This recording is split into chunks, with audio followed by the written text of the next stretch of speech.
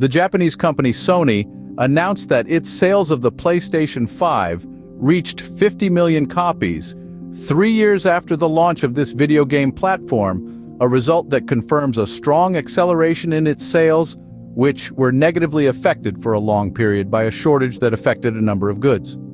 The PS5 was launched in November 2020, while the world was in the grips of the coronavirus pandemic, and its sales initially suffered due to widespread supply chain issues and a global chip shortage. Sony said in a statement on Wednesday, "Thanks to the support of PlayStation fans around the world, PlayStation 5 sales witnessed strong momentum this year, driven by a series of very popular games." Sales were supported by the release of successful games, such as Marvel's Spider-Man 2, which sold more than 2.5 million copies during the 24 hours following its release at the end of October, Baldur's Gate 3 inches, and Now Wake 2. During the COVID-19 phase, the production and shipping of PlayStation 5,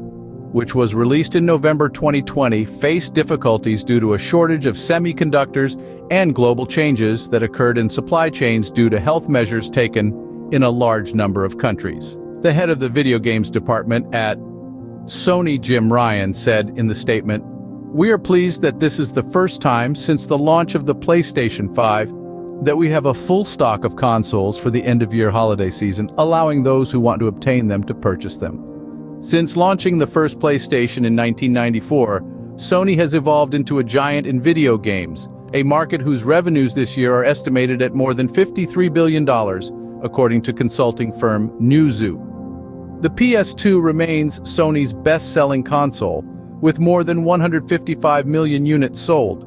while the PS4 has surpassed about 117 million, according to the company. Commenting on the sale of 50 million PS5 units, Serkan Toto, CEO of Kantan Games, a consultancy in Tokyo, said, "This is an amazing number,